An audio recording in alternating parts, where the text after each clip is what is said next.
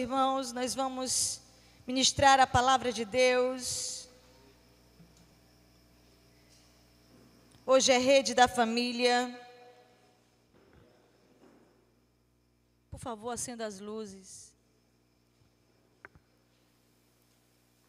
Quero compartilhar com vocês Marcos capítulo 12.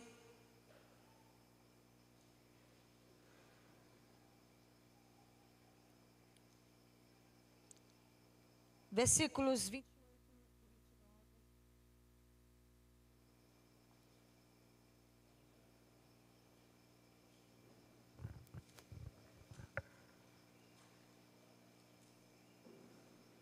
Versículos 28 e 29.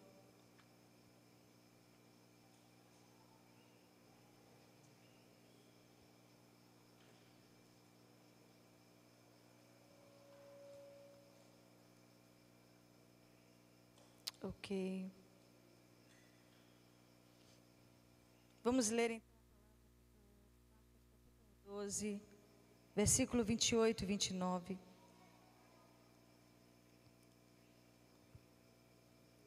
Amém, meus irmãos? Chegando um dos escribas, tendo ouvido a discussão entre eles, vendo como Jesus lhes houvera respondido bem, perguntou-lhe: qual é o principal de todos os mandamentos?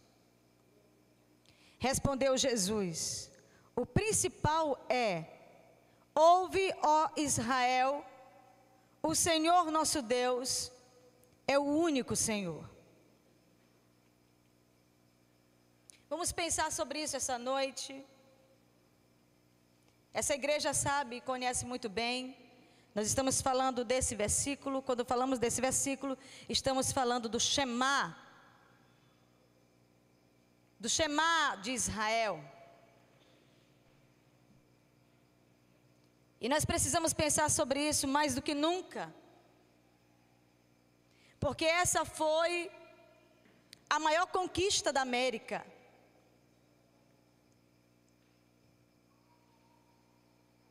O que se sabe sobre monoteísmo? Nós sabemos sobre monoteísmo e nós vamos insistir em falar sobre esse ponto, sobre esse assunto.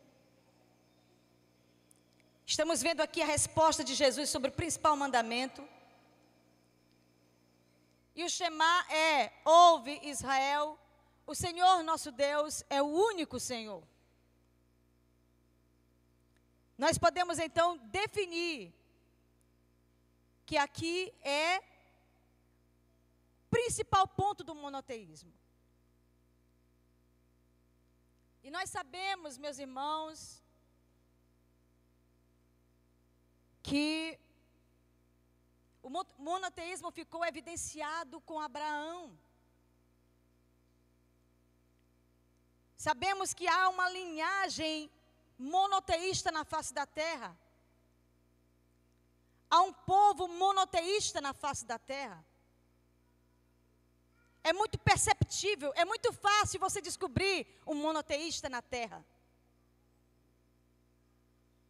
Às vezes nós queremos até insistir com algumas pessoas, mas eu quero falar mais sobre isso. O monoteísmo ele foi evidenciado na vida do homem desde o Éden. Ele surgiu no Éden com Adão e Deus. Ou seja, um Deus ia todos os dias, na viração do dia, falar com seu filho Adão. Um Deus. Não haviam deuses ali. Não havia outro Deus ali. Não havia adoração a deuses ali. Não havia idolatria ali. Não havia pedras, não havia barro. Um Deus se apresentava a Adão.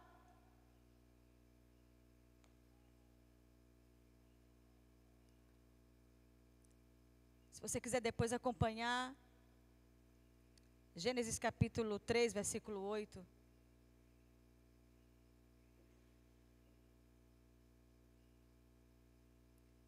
Então é muito claro, o monoteísmo, ele é um pensamento lógico,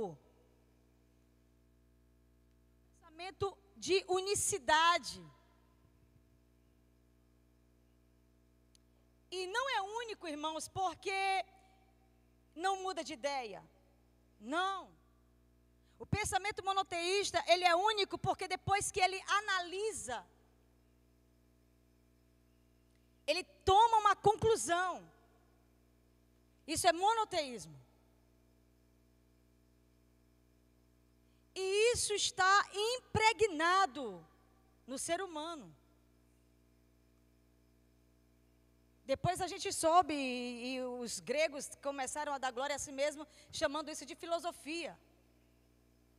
Mas a análise do pensamento para chegar-se a uma conclusão é monoteísta. É um pensamento monoteísta. Mateus capítulo 4, versículo 10, Jesus também fala sobre isso com o diabo. Jesus deixa claro o que é monoteísmo. Mateus 4:10, adorarás, pois, ao Senhor teu Deus e somente a Ele prestarás culto. Mas algo que eu queria apresentar para vocês, está havendo para nós, em nós, e o que está acontecendo no mundo é um abuso. Porque a humanidade é monoteísta.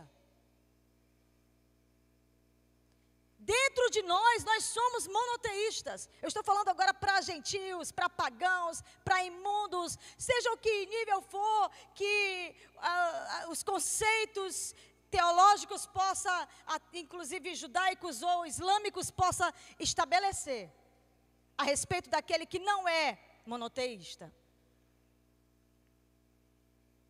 A humanidade, ela é monoteísta. E a maior prova que nós temos é que as maiores religiões do mundo, as três maiores, e vamos dizer que o judaísmo não é a maior, não está nem entre as três maiores, mas ela é a mais influente, eu posso dizer assim. Então as três principais religiões do mundo são monoteístas. E se você fizer um apanhado, como eu fiz hoje, nós descobrimos que mais de 50% da humanidade é monoteísta. 56% da humanidade é monoteísta. Então eu posso concluir que o mundo deveria ser monoteísta porque está dentro de nós. É um pensamento lógico. É uma forma de pensar. E mais do que isso, o monoteísmo, ele define tudo em nossas vidas, inclusive o casamento. Quem compreende o que é casamento é porque tem um pensamento monoteísta. Nossas emoções, nossa alma, nosso espírito, nosso comportamento, tudo isso envolve o monoteísmo.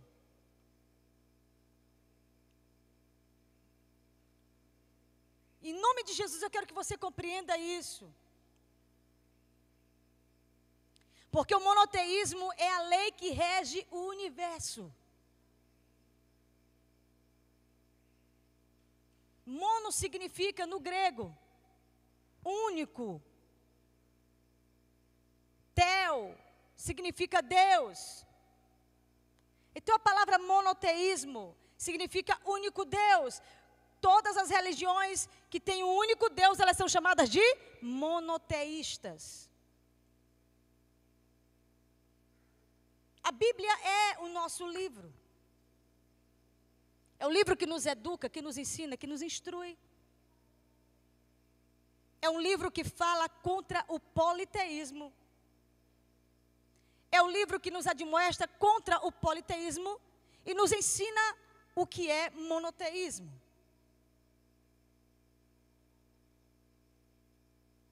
Eu estava tentando compreender no meu espírito sobre monoteísmo hoje. E eu me lembrei da palavra arque,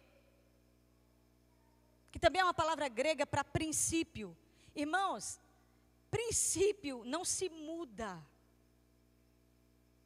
Assim como o único Deus, o pensamento monoteísta não se muda, um princípio não se muda. E o monoteísmo é um princípio. João capítulo 1, versículo 1, diz que no princípio era o verbo. Você vai observar como a Bíblia se refere a um. Como nós ouvimos ainda há pouco a canção, somos corpo. Somos um corpo. Ajustado, totalmente ligado, unido. Um. Isso é uma discussão que vale a pena.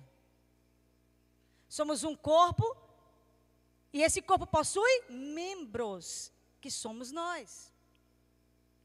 Cada um exercendo a sua função. Então, João esclarece divinamente a raça humana, o fundamento monoteísta. E ele diz que o fundamento monoteísta cristão é o verbo. Um mediador. Paulo depois nos esclarece em várias cartas. Há um único Deus, um só mediador. Há um único batismo. Há uma única fé.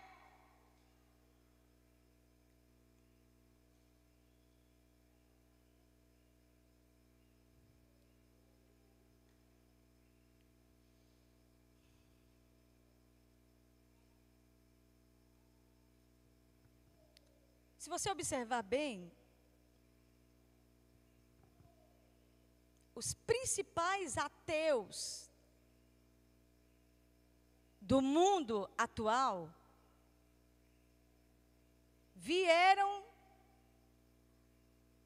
surgiram de pensamentos monoteístas.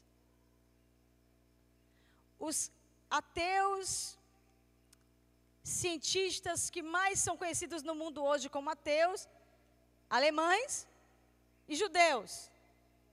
Os dois vieram do monoteísmo. Inclusive,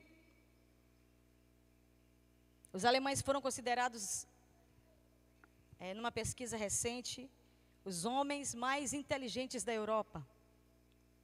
Monoteístas.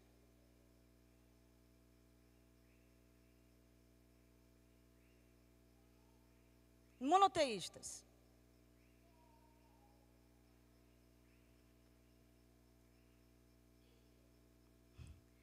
Vocês devem estar dizendo, meu Deus, onde é que eu estou hoje, né?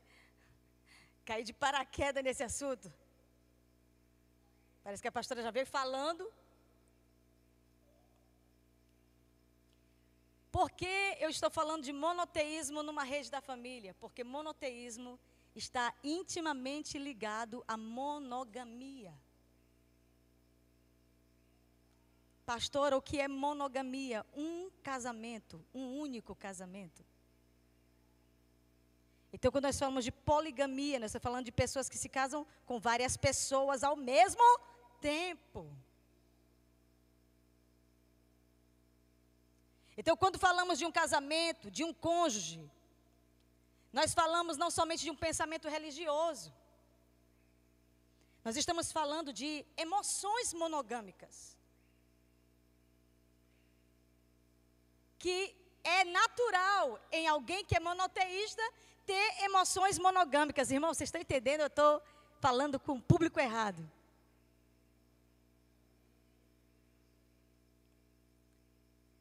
E nós, de novo, nos pegamos envolvidos com a nossa alma e nós precisamos definir isso. Você faz parte de uma religião, podemos dizer assim, monoteísta. Consequentemente, essa religião tem um livro monoteísta que te ensina a ter uma alma monoteísta, a ter um casamento monogâmico. Está ficando sério. Eu queria que você ficasse atento a isso, porque amanhã Você pode ter alguém no trabalho falando para você sobre a liberação do casamento com várias pessoas e você não vai saber a resposta conforme as escrituras. Ou, por exemplo, como nós assistimos hoje, o comentário de um dos vídeos da Eclésia, alguém falando contra o vídeo e colocando assim embaixo, qual é o problema? A Bíblia não fala sobre o pecado da pedofilia. Qual é o problema? Criança deve casar. Estamos percebendo a seriedade do assunto? Então, quando nós estamos falando aqui de monogamia, vamos ficar entendendo, por favor, meus irmãos. As emoções de um monoteísta é monogâmica. Nós não podemos ter uma visão distorcida sobre isso.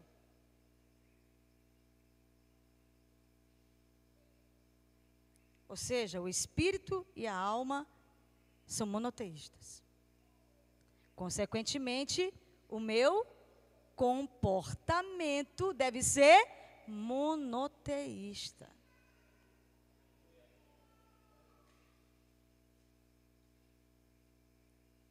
Pastora, isso tem embasamento bíblico? Ora, se você acredita que Jesus é o Verbo, que Jesus é Deus, então se submeta à sua palavra. Deixa eu te falar um segredo, que não vai ser mais segredo para você. Ninguém aqui, ninguém na raça humana tem condições de amar, ser atraído, se apaixonar, se casar com mais de uma pessoa.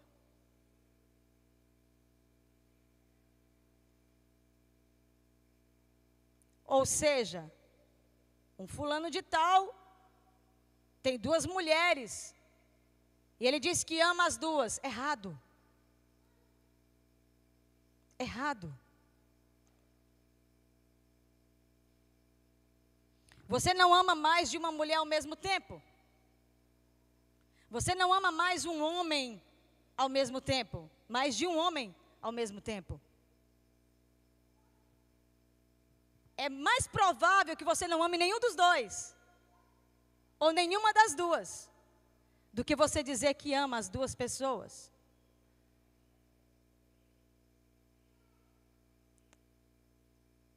Como a senhora tem certeza disso? Jesus disse isso. Abra sua Bíblia em Mateus capítulo 6, versículo 24.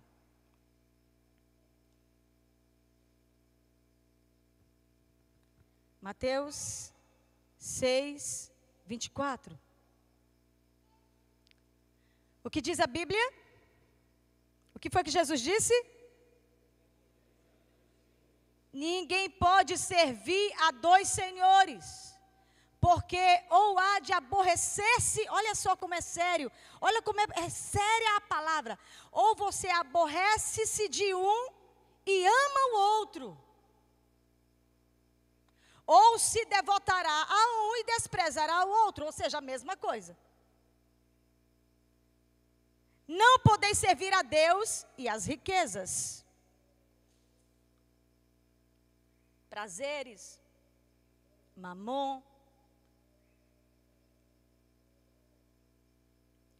Ninguém pode servir a 2 senhores ao mesmo tempo, ou a 2 senhoras. Essa é a lei do monoteísmo. Esse é o arquê do monoteísmo. O princípio é muito claro, meus irmãos. Quando nós falamos de adultério, nós estamos diante de uma poligamia.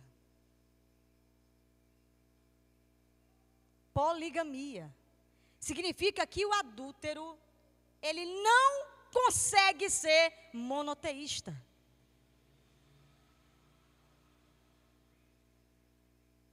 O adúltero, ele não consegue estar no meio da congregação dos santos por muito tempo.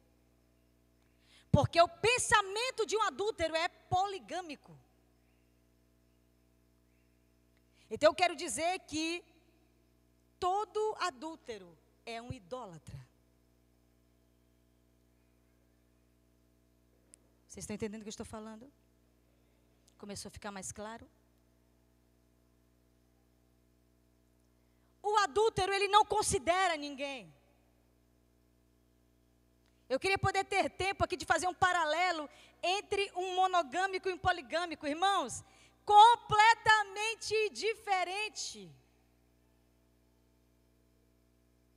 Não há, queridos, preste bem atenção, não há um idólatra monoteísta, monogâmico ou monoteísta. Não há um idólatra monoteísta.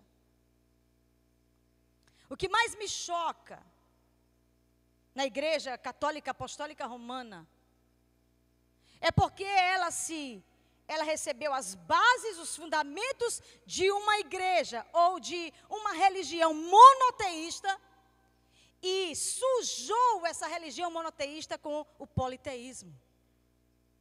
E aí, as pessoas que estão ali dentro com boas intenções são levadas, são ensinadas à idolatria.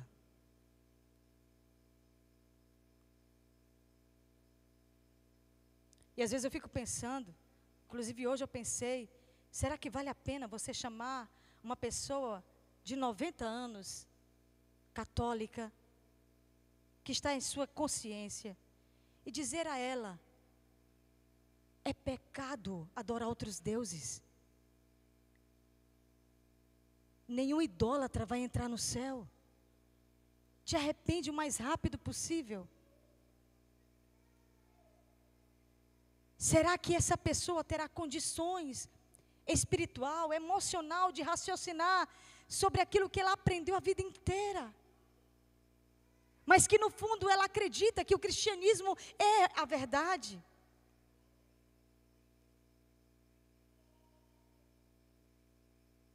Não há, meus queridos, essa é a verdade, não há idólatra monoteísta. Ou você é idólatra, ou você é monoteísta.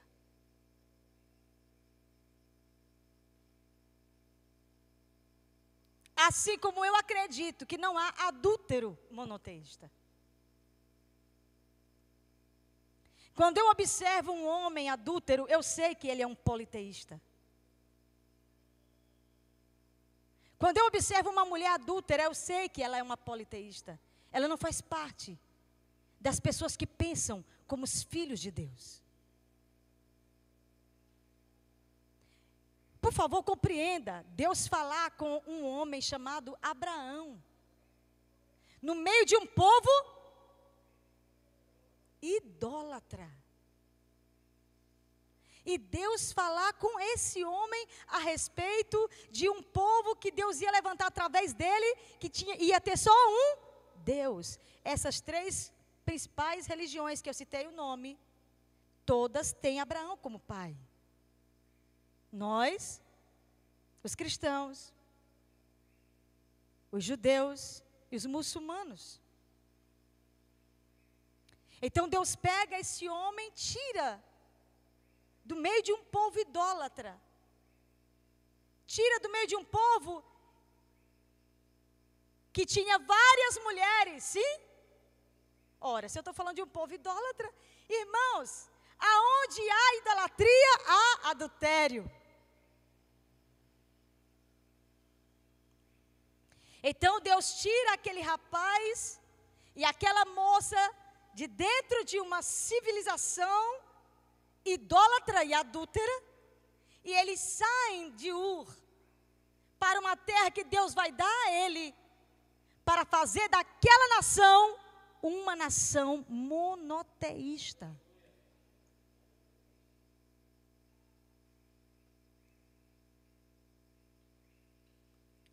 Nós percebemos hoje que o sistema mundano está querendo, meus irmãos, arrancar de nós esse princípio. E eu quero dizer uma coisa para você, no dia que você parar de ser monoteísta, você vai perder tudo. No dia que você deixar de ser monoteísta, não vai restar nenhuma verdade em você. Sabe por quê? Porque você pode mudar, mas o princípio jamais mudará. Nós é que precisamos nos submeter ao princípio. Então eu quero dizer nessa noite que o adúltero é um idólatra. E que todo idólatra é um adúltero. Quem tem muitos deuses, preste atenção. Quem tem muitos deuses não acredita em nenhum.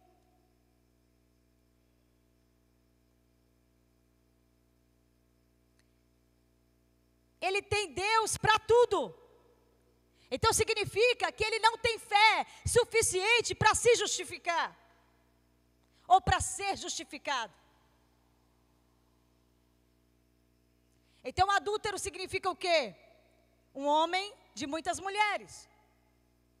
E o idólatra? Um homem de muitos deuses.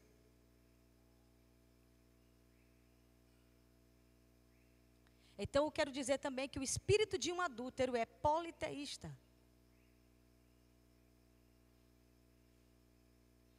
Ele não tem nenhum Deus. Ele não teme a nenhum Deus.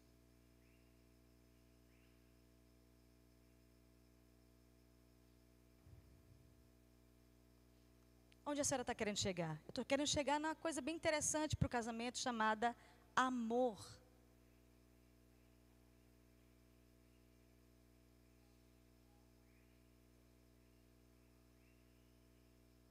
Se nosso espírito não é monoteísta, se a nossa alma não é monogâmica,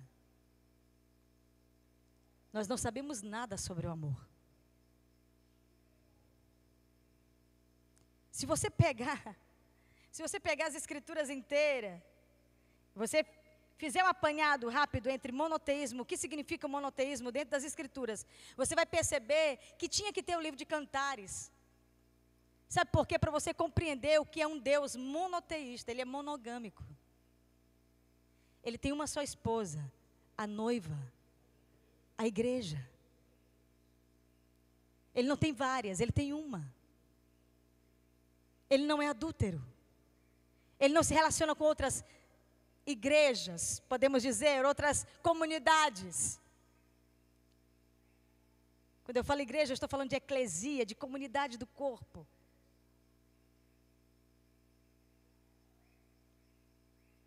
Imagine a Bíblia sem Cantares. Imagine a Bíblia sem os profetas falando dessa relação de Deus, o Todo-Poderoso, sem Israel. Tratando Israel e Jerusalém como sua amada.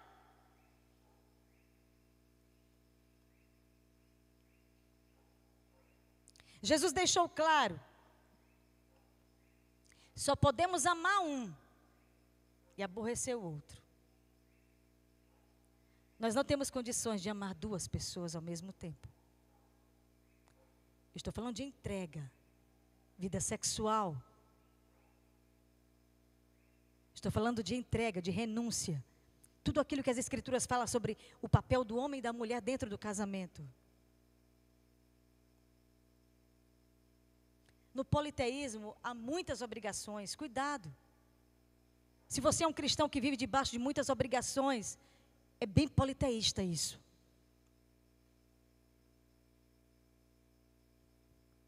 No politeísmo não há sentimentos. No politeísmo há um jogo de interesses. No politeísmo não há alguém especial. Vocês estão entendendo o que eu estou falando, irmãos? No politeísmo não há uma pessoa especial que você pensou em se casar um dia. Aquela moça que você ama e você pretende um dia casar com ela. Eu me lembro quando Paulo nos procurou para casar com Jéssica. Nunca tinham conversado, eu penso.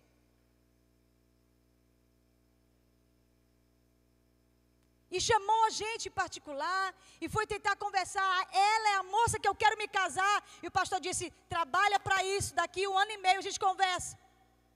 1 ano e meio, irmãos. E o rapaz ficou ali na perseverança. O que é monoteísmo?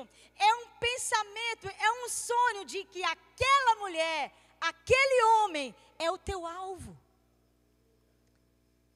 Então eu quero dizer para vocês que quando o politeísmo age, ele arranca de nós todas as nossas emoções boas.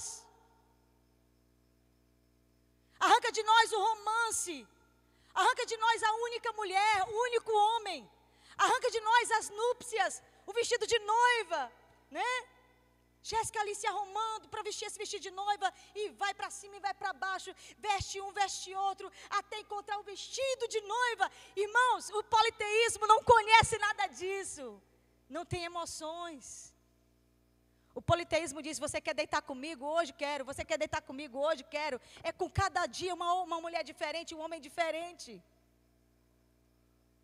Não aguardar-se, não há o pensamento de futuramente eu vou me programar, eu vou construir um bem, eu vou construir uma casa, né? Jéssica mandou um vídeo de Paulo trabalhando na casa dele, futura casa dele, todo sujinho ali, né? Com Alisson ajudando ele, lixando a porta. E Jéssica mandou, olha aí, pastora, parabéns. O que faz o rapaz, né? Na Jacolândia, trabalhar. Vou me casar com essa moça. Gente, isso é tão emocionante para ela como moça. Está percebendo que ele está arrumando tudo? Assim é nosso Cristo. Ele foi para lá arrumar a casa. E um dia Ele vai nos levar para casar com Ele. Esse é o pensamento monoteísta, irmãos. Quando eu observo, eu falei para ela, uau, que show, parabéns, Jéssica. Deus é um. Esse é o nosso Deus. Quando todo mundo se organiza, as famílias se aprontam, nós, né, até eu e o pastor e todo mundo procurando uma roupa boa para ir para esse casamento, meu Deus do céu. Ela queria levar a igreja toda, mas não tem condição. Mas como é bom você perceber essa movimentação toda, porque um casal, homem e mulher, querem se amar para sempre e mostrar para todo mundo isso. Isso é monogâmico, meus irmãos. Isso é uma forma de pensar.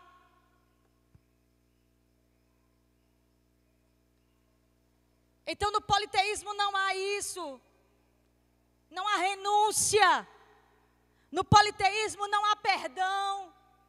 No politeísmo não gostei, cai fora, eu vou procurar outra.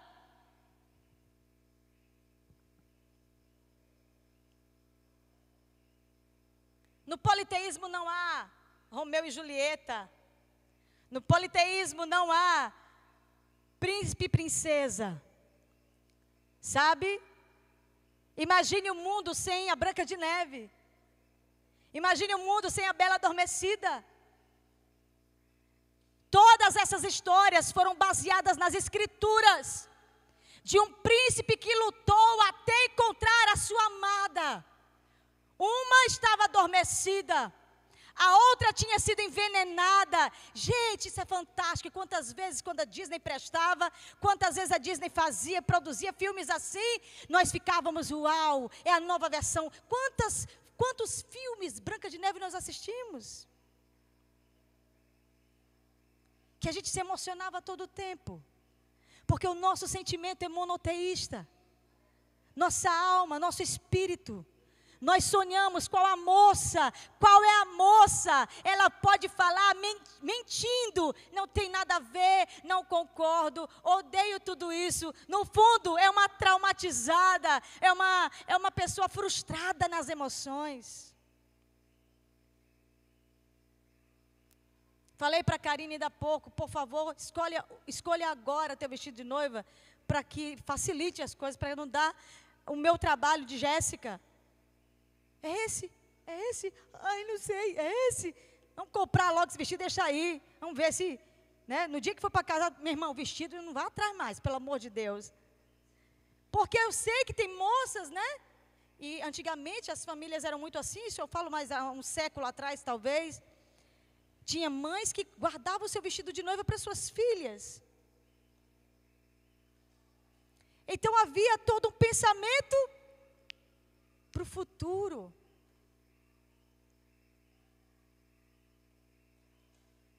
Isso é belo. Eu vi Jéssica, primeiro que Paulo, né, vestida de noiva. E aí eu olhei, né, quando ela vem assim, né. E aí, pastor, eu olhei, uau. E aí as moças que estavam arrumando ela, ficaram tudo parado olhando para ela, uau. Porque é lindo ver uma noiva adornada, vestida de branco, com véu. É tudo tão emocionante. Eles estão querendo acabar com o belo, irmãos. Estão querendo acabar com as coisas mais preciosas que nós temos. Eu conheço muita gente politeísta. Nós temos um país muito politeísta, apesar de ser um dos países mais cristãos do mundo. E isso me preocupa porque nós estamos falando de pessoas que se dizem cristãs, mas que na verdade têm a mente politeísta.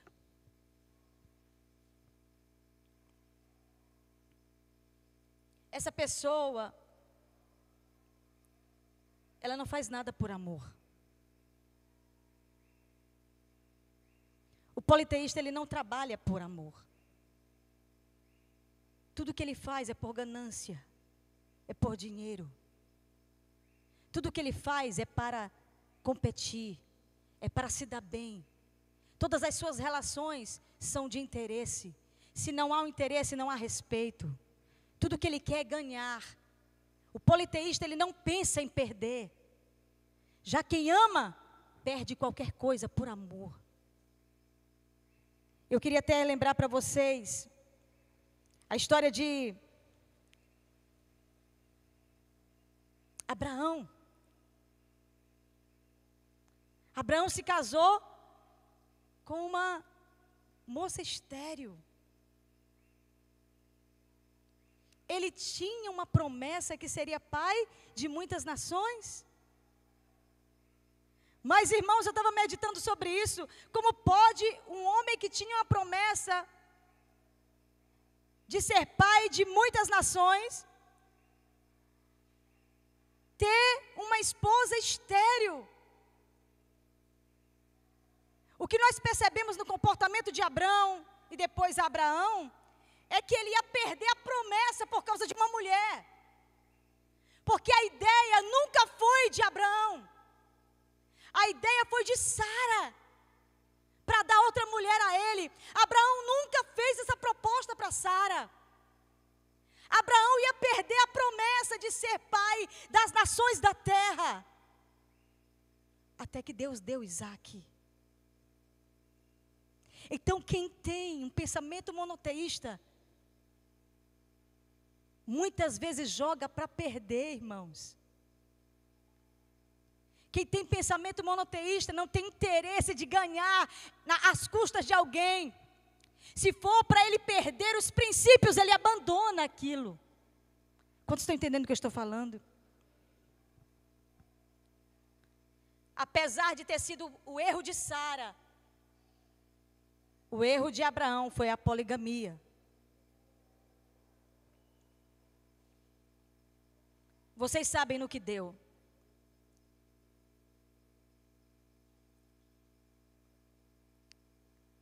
Eu gosto desse texto de Paulo, porque foi o texto que me converteu. Eu me converti lendo 1 Coríntios capítulo 12. Eu conheci o Evangelho artificialmente. E para Jesus me salvar e parar de falar mal dos crentes, Deus me deu uma visão, um sonho. Eu vi a Bíblia aberta acima de mim, em 1 Coríntios capítulo 12. E eu me lembro do primeiro versículo.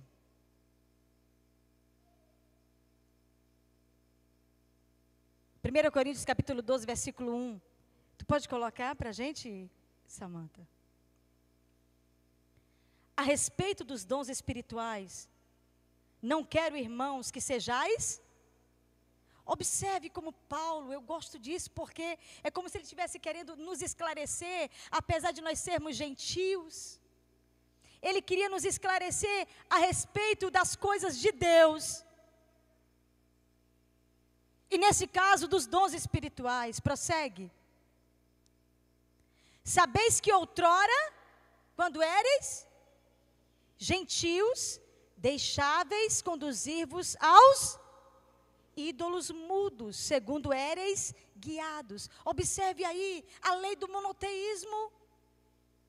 Deus usando Paulo para dizer para nós, quando vocês eram gentios, quando vocês eram estrangeiros, quando vocês não conheciam o Deus de Israel, vocês eram guiados pelos ídolos mudos das nações. Agora não. Agora não. Agora vocês têm um só Deus. E esse Deus quer dar a vocês dons espirituais. Então essa introdução de 1 Coríntios 12, que eu posso dizer que me salvou.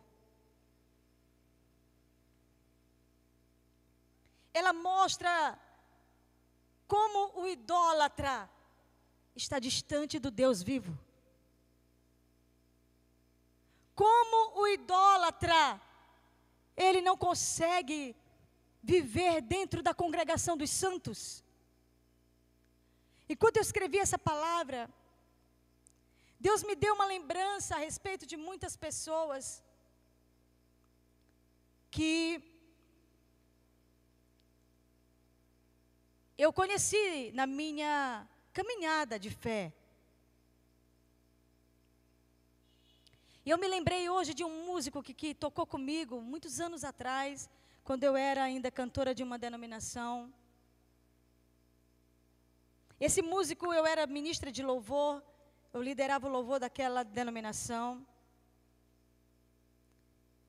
E aquele rapaz, o nosso tecladista, era um dia de segunda-feira, estávamos numa grande celebração, e eu estava na igreja desde cedo, com os meus filhos, e aquele rapaz tocou comigo. Ao terminar de tocar, ele me chamou e disse assim: irmã Gláucia, eu preciso ir, a senhora pode me liberar? Eu estou indo para uma festa de família.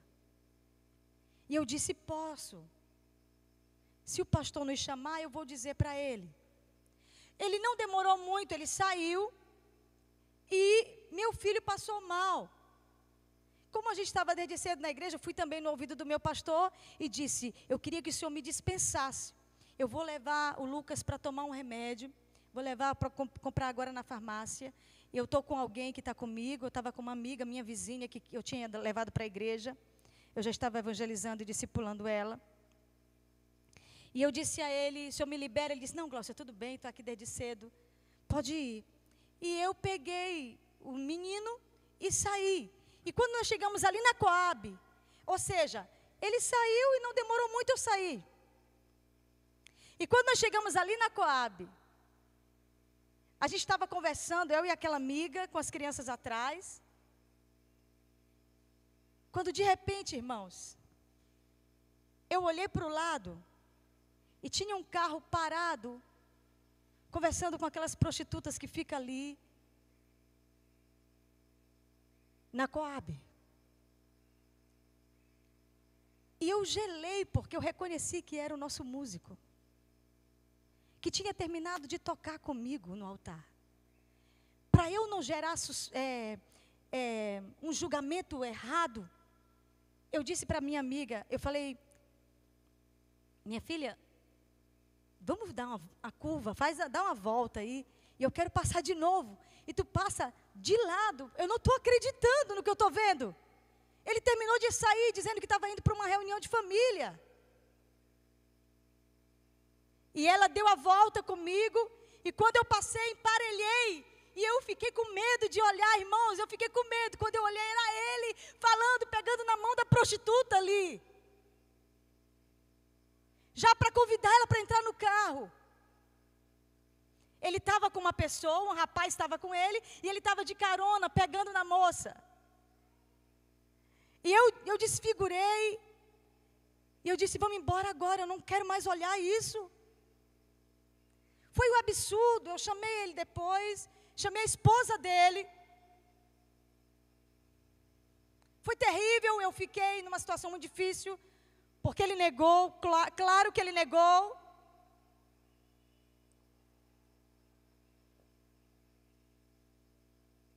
Se eu não tivesse muito respaldo com meus pastores, teria ficado muito ruim para mim, porque ele me acusou de calúnia. Hoje nós somos amigos, ele não está mais casado.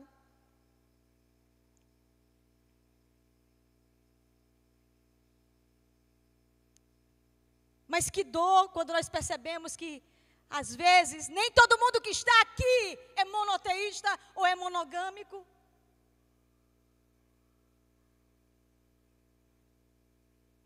Quantos politeístas nós temos hoje nos templos evangélicos do Brasil? É só você olhar quantos pastores caem por semana, por mês desse país. Quantos casais acabam o casamento por causa de pessoas de dentro da denominação?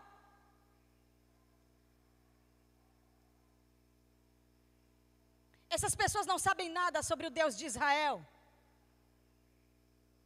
Essas pessoas não sabem nada a respeito. Ouve, Israel, o Senhor nosso Deus é o único Deus.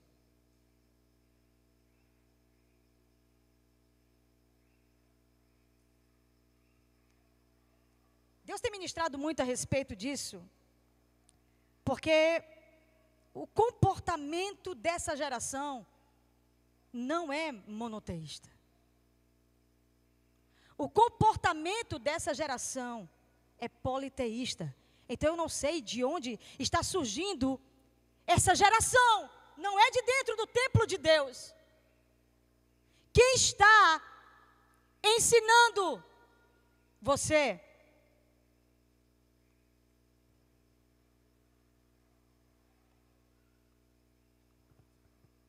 Pastor, eu não adultero. Vejamos.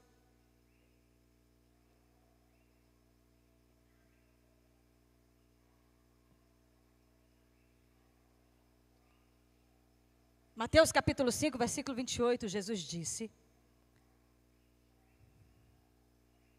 que se você olhar para uma mulher e cobiçá-la, você já adulterou com ela. E eu falo isso para as mulheres também. Porque acho que Jesus nunca pensou, talvez, que fosse chegar nesse nível de mulheres adúlteras no olhar.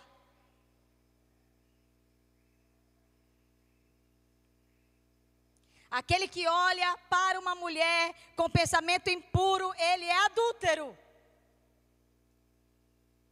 Eu tenho ensinado as meninas da Rede Rosa, minhas discípulas, a andar sem olhar tanto para os homens, sem penetrar tantos olhos nos homens. Se você está sozinha, principalmente as casadas, seu marido não está com você, evite olhar nos olhos dos homens. Se passa por um homem, baixa sua cabeça. Terminou de passar, erga sua cabeça de novo. Pastora, que coisa arcaica, isso é monoteísmo. Isso é um pensamento monogâmico.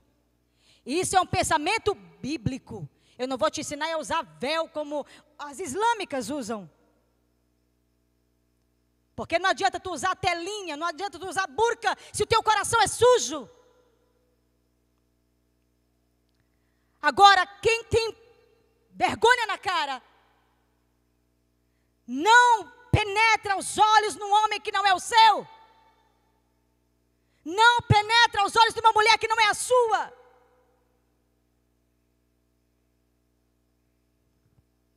Quantos politeístas nós temos nos templos?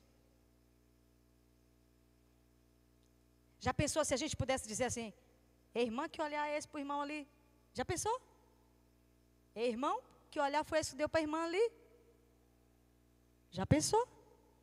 Está na hora, não está?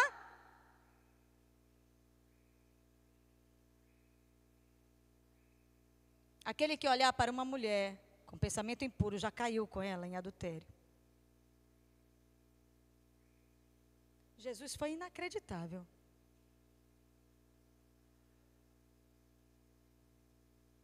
Eu acho fantástico essa história de Jesus dizer que ia olhar. Irmãos, parece que ele estava nesse tempo, não estava? Do Facebook, do Instagram, ele estava no Instagram. Porque ele sabia que ia chegar o tempo, rapaz, de você acabar com a sua vida no olhar. Ele sabia que você ia destruir sua alma olhando o Instagram daquela irmãzinha que você sabe que vai cair. Que você já caiu porque você olhou. Quer saber se você é adúltero? Quantas mulheres tem na tua lista de amizades? Na tua agenda de celular? Melhor, quais são as fotos de perfil que você tem das suas amigas do WhatsApp? Sem blusa? Com decotes? Você é um imoral.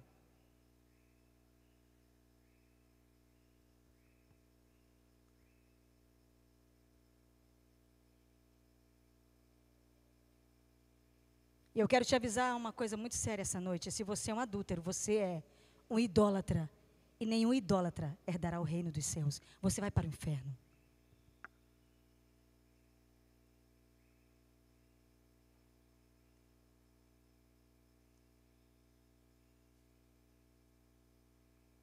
Analise o que você assiste.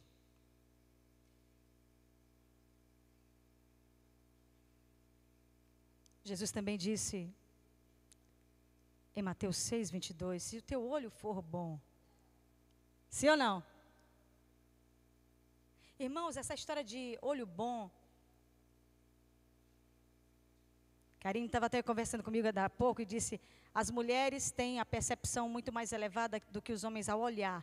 Elas percebem os desígnios de uma pessoa ao olhar. Elas não percebem, são as intenções, mas ela percebe o que a pessoa está na percepção de rosto. O que a pessoa está querendo. É por isso que as mulheres agora estão denunciando os pastores. Porque elas estão percebendo, o pastor não falou nada, mas ele está olhando. Já era. Depois da olhada, ele disse, eu sempre pensei em você.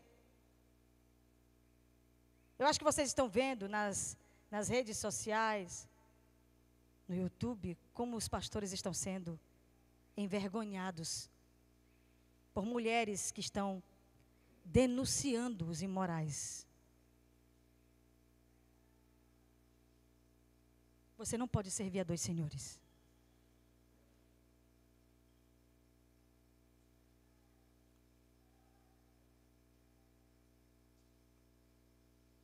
Agora, sabe o que mais é sério, irmãos? Sabe por que o adultério existe? Porque a idolatria existe. Todo idólatra, ele adultera o Deus de Israel. Todo idólatra trai a Deus. É por isso que nós começamos essa palavra com o Shema. Ouve Israel, o Senhor nosso Deus. Oh, irmãos, ouve Brasil, ouve São Luís, ouve Maranhão. O Senhor nosso Deus é o único Deus. Então, por favor, não perca tempo adorando falsos deuses. Quem adora falsos deuses tornam-se iguais a eles.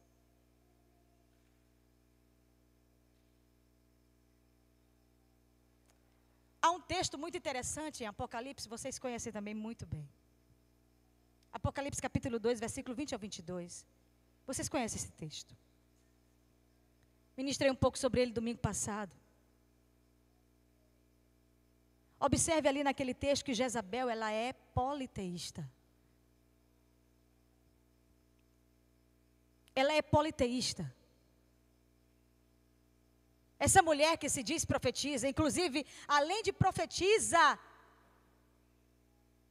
além de politeísta, ela é uma sacerdotisa do diabo. Ela ensina o povo de Deus a pecar, a se prostituir e a adulterar.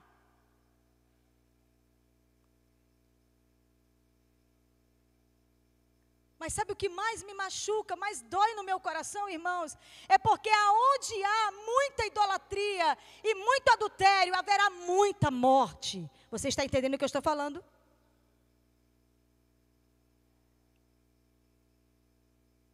Muita morte.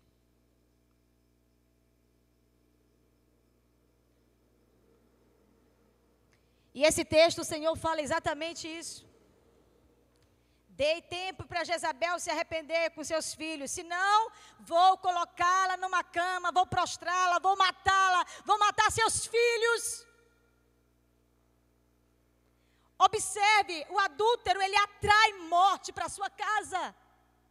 O adúltero, ele atrai maldição. O idólatra atrai enfermidade, maldição, está aqui. Observe. Antigamente, quando eu vi um homem trair uma mulher, uma esposa, eu ficava tão chocada com aquilo. E quantas vezes, você sabe disso, nós passamos muitos anos vendo muitas mulheres sofrerem abusos familiares. Quando uma mulher hoje fala comigo sobre, pastor, o meu marido está me traindo, eu digo a ela, você está decidida a permanecer nesse casamento, a ficar com esse cara? Ela precisa me dizer sinceramente, sim. Eu deixo muito ela escolher isso, porque ninguém foi chamado para passar tanta humilhação. Eu não concordo com isso. Eu sou contra o divórcio. Mas eu não concordo com o massacre de uma mulher ou de um homem, quando o outro é adúltero.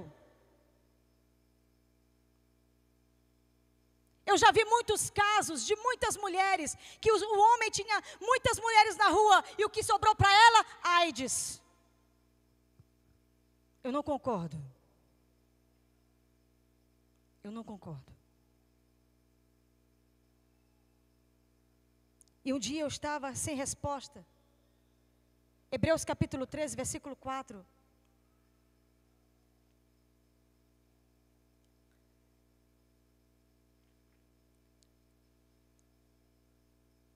Deus aplacou, Deus arrancou de mim aquele desejo de vingança que eu tinha dos adúlteros. Nesse dia Deus tratou comigo, disse, Hebreus capítulo 13, versículo 4. Digno de honra entre todos seja o matrimônio, bem como leito sem mácula, porque Deus julgará os impuros e adúlteros. Quando Deus falou isso comigo, Gláucia, todos os adúlteros que você conhece serão julgados pela minha pessoa. Eu não vou mandar recado, o negócio vai ser comigo. Eu vou julgá-los. Ei, irmão, e nem só no porvir não, viu? Eu não conheço um adúltero que não teve um fim terrível. Eu não conheço um adúltero que não teve um fim destruidor. A maioria das mulheres que foram submissas a um homem adúltero, hoje estão viúvas. Vivendo maravilhosamente bem, obrigada. Então eu gostaria de lembrar os irmãos, nós somos a eclésia, monoteístas, de espírito monoteísta, de alma monogâmica. Faça uma análise se a sua alma é monogâmica. O que você sente pelo seu marido? O que você sente pela sua esposa? Quantos homens você pensa durante a noite? Quantas mulheres você pensa durante o dia?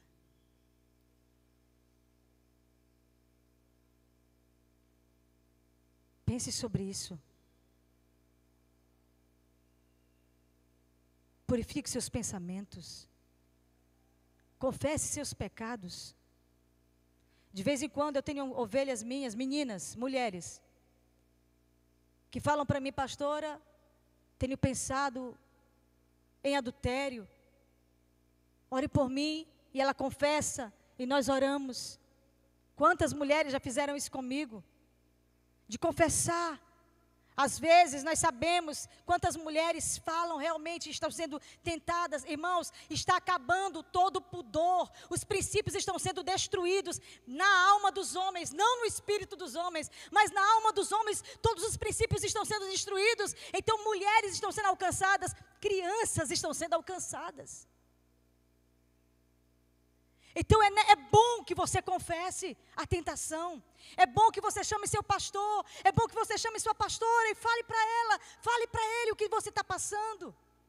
Não caminhe mais, porque o seu coração será contaminado e daqui a pouco você ficará irreconhecível. Porque o olhar de um adúltero, todo mundo vê.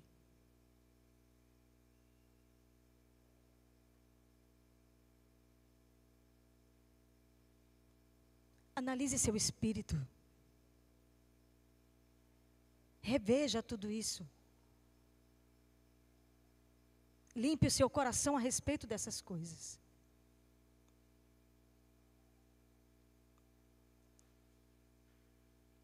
Amém?